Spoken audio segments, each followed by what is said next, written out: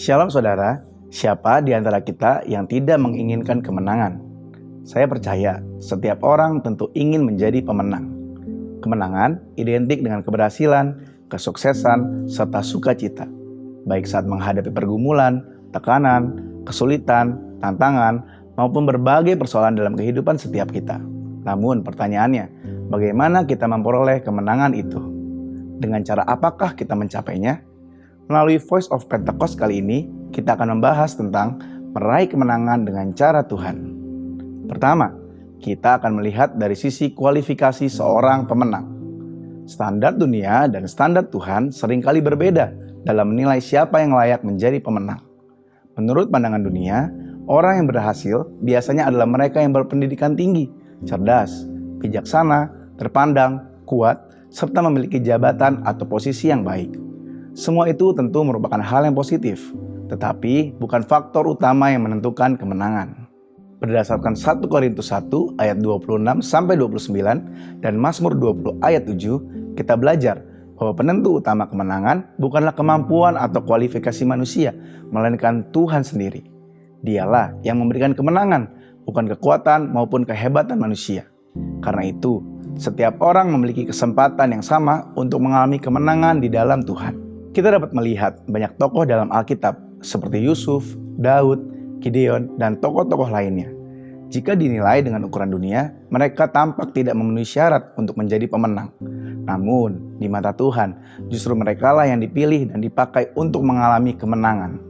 Oleh sebab itu, kita tidak perlu merasa rendah diri, takut, ataupun khawatir terhadap latar belakang maupun kondisi hidup kita.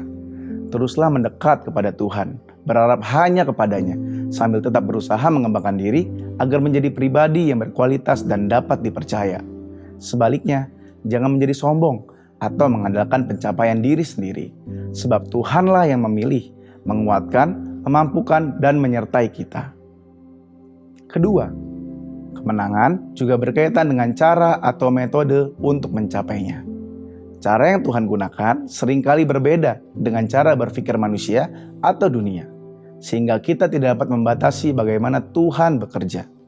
Ia sanggup memakai cara-cara yang melampaui akal dan pikiran manusia. Kita melihat banyak contoh di dalam Alkitab.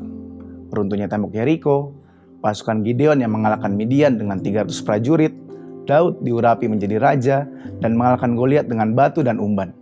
Orang-orang yang mendapat mujizat dan kesembuhan dari Yesus dengan cara yang berbeda-beda. Lewat perkataan Yesus, jubah Yesus, air liur bercampur tanah, air menjadi anggur. Peristiwa-peristiwa ini memberikan pengertian kepada kita bahwa Tuhan bisa memakai cara apapun untuk mendatangkan kemenangan bagi umatnya selama kita percaya dan melakukan perintahnya. Tuhan telah memberikan Alkitab sebagai pedoman untuk menjalani hidup dan memperoleh kemenangan. Mungkin menurut dunia cara-cara Tuhan terlihat tidak populer atau bahkan dianggap tidak relevan. Tetapi kita percaya bahwa Tuhan tetap memberikan kemenangan kepada umatnya melalui caranya yang ajaib. Ketiga, kemenangan juga berhubungan dengan waktu. Ada perbedaan antara waktu menurut Tuhan dan waktu menurut dunia. Dunia sering menuntut hasil yang cepat dengan perhitungan yang pasti dan terukur. Namun bersama Tuhan, kita tidak dapat memaksakan segala sesuatu terjadi sesuai hitungan manusia. Alkitab memberikan banyak contoh, seperti Abraham, Musa, bangsa Israel, Yusuf, Daud, Ayub, dan tokoh-tokoh lainnya yang harus menantikan kemenangan sesuai dengan waktu Tuhan. Ada yang menunggu selama 1 tahun, bahkan ada yang menanti hingga 40 tahun. Menurut ukuran dunia, penantian seperti itu terasa terlalu lama dan tidak masuk akal. Namun, Pengkhotbah 3 ayat 11 mengingatkan bahwa Tuhan membuat segala sesuatu indah pada waktunya. Waktu Tuhan memang seringkali berbeda dengan waktu yang kita harapkan. Mungkin terasa lambat, tetapi Tuhan tidak pernah terlambat. Karena itu, tetaplah percaya kepadanya dan lakukan bagian kita dengan sebaik-baiknya. Pada akhirnya, kemenangan akan menjadi bagian kita. Kesimpulannya, kita perlu berhati-hati terhadap cara yang kita pilih dalam mengejar kemenangan. Tuhan memang memberikan kemenangan kepada orang-orang yang dikasihinya. Tetapi kita juga harus hidup sesuai dengan prinsip-prinsip firman Tuhan, serta setia menantikan waktunya. Selain itu, jangan pernah bermegah atas setiap keberhasilan yang kita raih, sebab semua itu adalah anugerah dari Tuhan. Marilah kita terus mengejar kemenangan bersama Tuhan dengan caranya sambil senantiasa memuliakan nama-Nya melalui kehidupan kita. Amin.